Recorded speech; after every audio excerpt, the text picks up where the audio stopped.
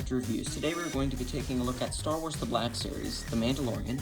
He is the 94th figure in the Black Series, and I bought this guy at Top Dog Comics for a very nice price. So if you're looking for good prices, swing by Top Dog Comics. But without further ado, let's go ahead and take a closer look at this figure.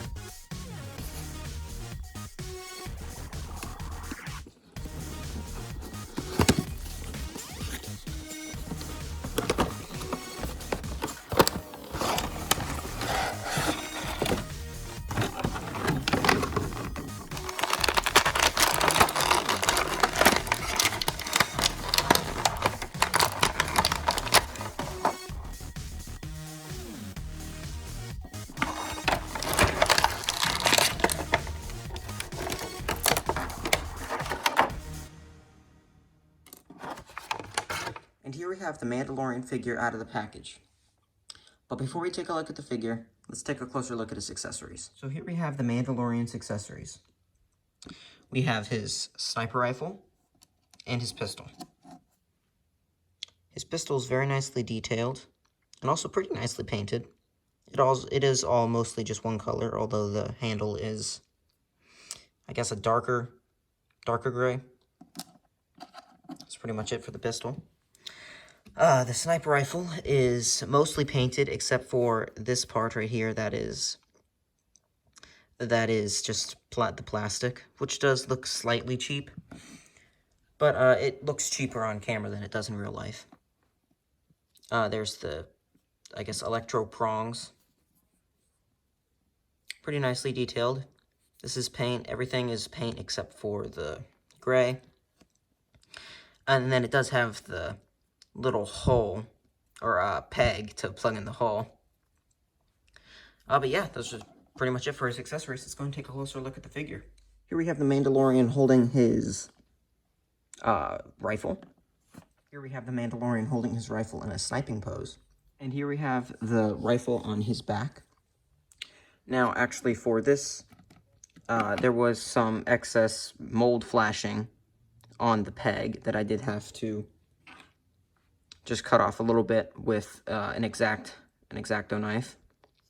But it was not all that hard, and it does make it way easier to get the peg into the back. And now this is tricky because you do have to line up the bandolier with the back. But once you get it down, it is pretty easy to do. All right, onto the pistol. Here we have the pistol in the Mandalorian's hand. Fits in very nicely. Oh, there is a little bit of extra paint on the figure, but that will be something we touch on when we get to the figure. So there's the pistol in the Mandalorian's hand. And before I forget, it also does holster itself into the holster of the figure, and you can peg it in. So it keeps it there. So yeah, that's the Mandalorian and his pistol. Let's go ahead and get onto the figure. As far as older Black Series go, I'd say this is one of the better ones. He is very nicely detailed, very nicely painted, all that jazz. But we will start with his helmet. His helmet has very nice paint for the visor. I can't really see any problems with it. No overspray of any kind. There is dirt on the front of the Mandalorian helmet, but if you spin it to the back, it stops at the front, which is a little bit disappointing that it didn't go all the way around, but it does look good from the front, so can't complain too much. The chest looks very nice. It has, I guess you could say, carbon scoring on it. It's all dinged up, and they are molded dings. They're not painted on dings. There's the paint on the middle of the chest. The bandolier is painted with his little sniper. Oh, knocking over the camera. His little sniper refills there. And there is also on the shoulder pad some very nice paint, some dings, some dents, all that jazz. And then on the back, there is the place where you could stick the sniper in, which I talked about a second ago. On the other arm, there is a Shore Trooper shoulder shoulder pad. That's also a little bit dirtied up on the gauntlets and the hands, which are very nicely detailed. Extra paint, and also there is on the right hand, there are the buttons for his whistling birds, which is always cool to have them paint some smaller details like that. And they really did not be cheap with the paint, except for the helmet on this figure, because they painted all of his except like little things he uses in the show, a whole bunch of extra shots. The bombs, they didn't put the red in the bombs, but honestly I think it would have looked a little bit weird if they did. He's very nice from the waist up and the waist down, which sometimes they just give up on the waist, anything from the waist down. He's got very nice armor plating, of course the nice undersuit detail. Very nice, like, shotgun shells. Now, they did skip out on the paint here, but it's honestly not that noticeable. There's a little pouch there. But, yeah, this figure is very nice. It's really hard to find anything wrong with it. From the back, you can see this is the cape. It is a kind of a soft plastic cape, which is fine because there is no peg to put the jetpack that later figures would have. And then it's pretty straightforward from the back. Nothing all that special. Although he does still have nice detail in his helmet.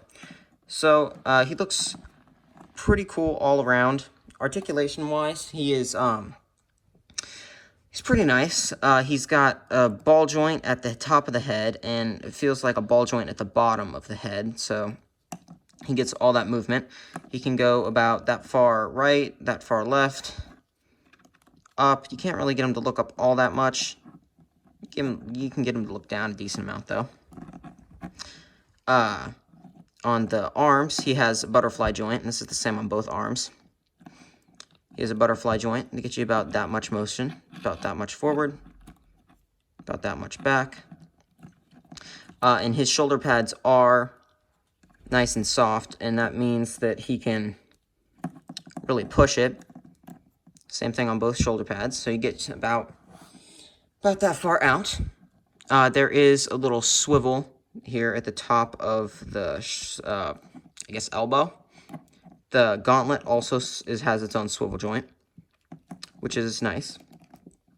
He's got a single hinge, get you a little bit over 90.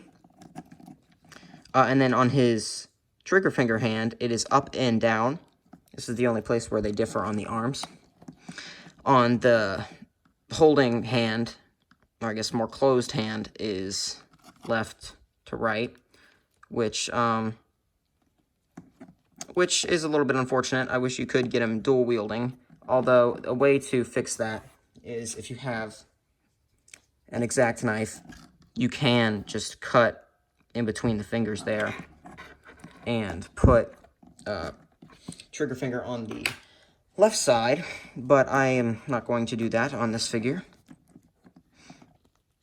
And then, where was I?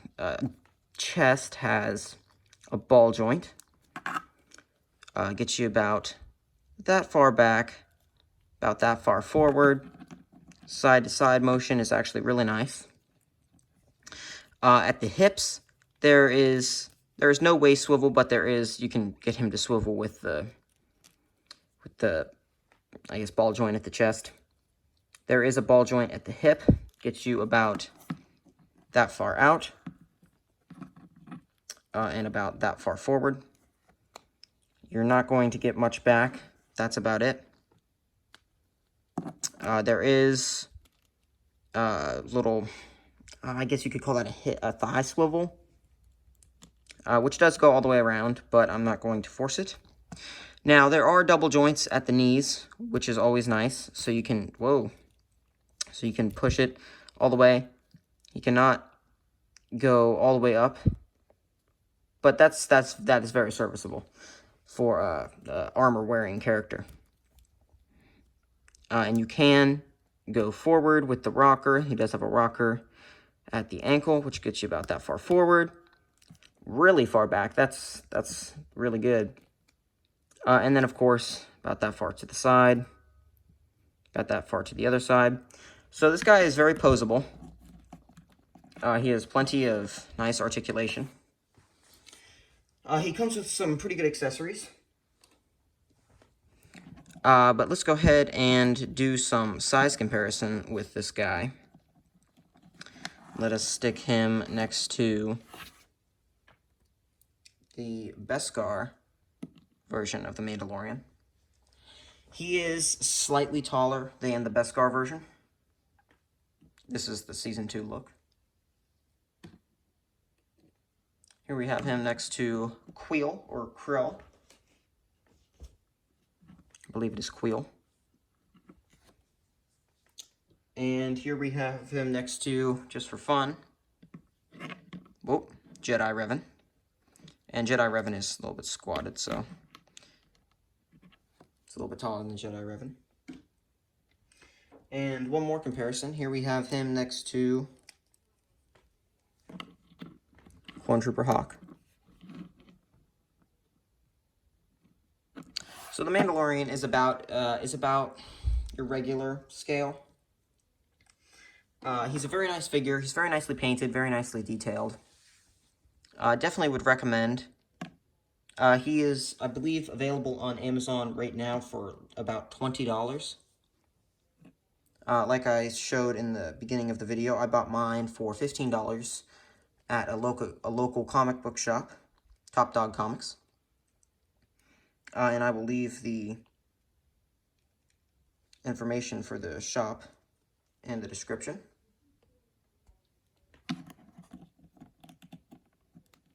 So, yeah, I definitely recommend this figure. It's very nice, very nicely painted, very nicely detailed, very nicely articulated. Definitely a good one to add to any Mandalorian figure collection. So, yeah, this has been my review of the Mandalorian. I guess you could say pre-Beskar Mandalorian from Season 1. And if you enjoy my content, please like. And if you also have any recommendations on anything that you liked in this review, leave it in the comments. And anything you didn't like, or anything else you might wanted to see in this review, leave it in the comments down below. And if you enjoy my content, subscribe. Yeah, and I'll see you next time. Bye.